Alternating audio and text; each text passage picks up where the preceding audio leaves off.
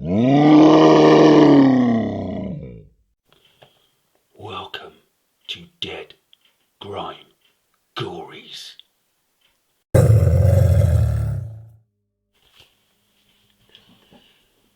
everyone, my name's Tony. I'm 34 years of age. I've just lost my job as a nurse at the local hospital where I live after 30 years of service. I really enjoyed the job. It kept me going. It was well paid, all the hours I needed. I kept to myself, and that was all I ever wanted in my life, to be honest. Anyway, I love to travel whenever I can get the time or the opportunity. Now I've lost my job.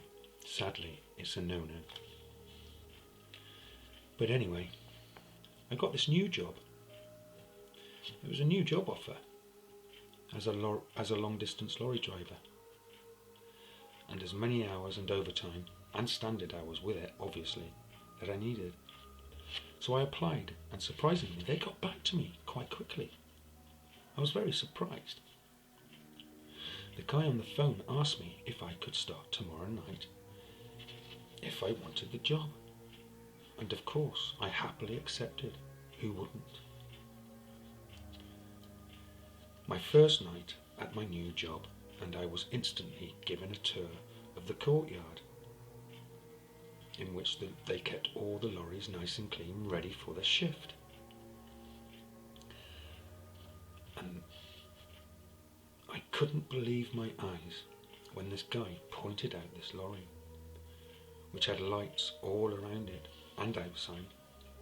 But the best thing about this lorry was the design that stretched from one end of the lorry to the other. It was a beautiful photogenic design of a family of tigers with their cubs. It looked absolutely amazing. The guy asked me if I liked it, and of course I replied yes, I think it's amazing, absolutely beautiful.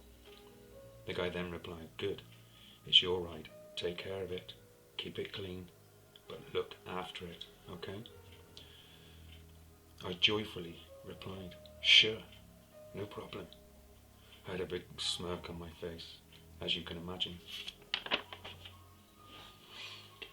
Anyway, the guys on the forklift truck were loading my delivery on the back of my lorry, but what I didn't understand was that it was only one box, and this box was huge. But I didn't ask any questions, seeing it was my first shift, and I didn't want to cause any trouble by poking my nose around, asking too many questions. So I tied the back and sides and checked that everything was running and locked up smoothly, checking everywhere and everything before I got on my way. Just as I went to climb into the cab, the boss guy tagged me gently down and said, be careful of this delivery, drive carefully. It has to be delivered to the customer in one piece. And last but not least, and take this as a warning, don't tamper with the locks and chains. Ever, okay? Don't even look at it. Deliver it, leave, and come home. Sure, I replied, no problem. And off I went. I jumped in my cab and I was gone. It was still very dark outside. I'd been travelling for 4 hours. I was getting tired and hungry. And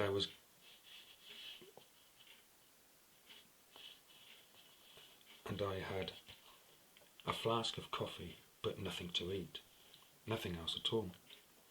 I could see ahead of me, not too far away, a cafe which obviously sold food and drink. That's where I'm heading and stopping. Then rest and sleep for a couple of hours or more. I have 19 hours left of driving until I get to my destination anyway. I pulled into the car park, got out the cab, lit up a cigarette and smoked it halfway. As I got to the door to the cafe, I flicked the other off to my right as it glid through the air and landed. That moment I walked through the door and right in. It was weird because as soon as I walked in, everyone turned and looked directly at me. I mean, everyone. I walked up to the serving counter and ordered a steak pie and chips and a cup of coffee. No, a mug of coffee. She pointed at a table and said, "Number 30 is available, sir. If you take a seat, I'll bring your order to you when it's nearly ready." "Okay, sir." "Okay, thank you," I replied. "Oh," she said, "don't forget your coffee, sir." I turned and took the coffee from the counter and smiled at her directly, and walked to my table and sat down and sipped a little of my coffee. It tasted amazing, especially when someone else has made it. The young girl was heading over to my table with my steak pie and chips, and boy, didn't it look great, and it smelled real good too. She placed it onto my table, looked at me and smiled, and then said, "I hope you enjoy your meal, sir." "Thank you," I said. "I'm sure I will." Just as soon as I took my first delicious bite, I heard a loud commotion coming from outside in the cafe's car park. "Shit," I said, as I looked behind me. "My truck, what the All I could see was the crate that I was supposed to deliver in one piece, broken and shattered all over the car park. It was an absolute mess. But my question was, obviously, how did it happen? Shit. I think I'm about to find out. Somebody at the back of me shouted out, "Monster." No, that can't be. I mean, I can't get my head around this. A monster. A monster. A monster. No. God damn it. I turned around and faced everyone, eye to eye, and said, "Calm down, please. Everyone, just calm down. I'm going outside to find out what the hell is going on outside with my lorry, and I want you to close and lock the door behind me when I leave, okay?" "Yes," said a voice. It was cold outside, and the rain was falling hard all around me, but I tried to focus and gather myself. Suddenly I heard a guttural growl. I looked back at the cafe and saw everyone standing and looking out of the windows. I started walking towards the back of my lorry.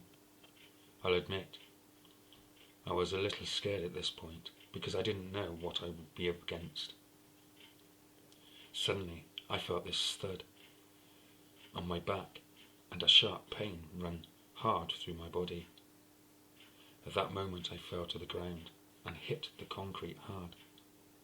I must have passed out or was knocked out by the fall. As I came to, I heard gunfire and frantic voices coming from all around me. I was still blurry at this point, unaware of my surroundings.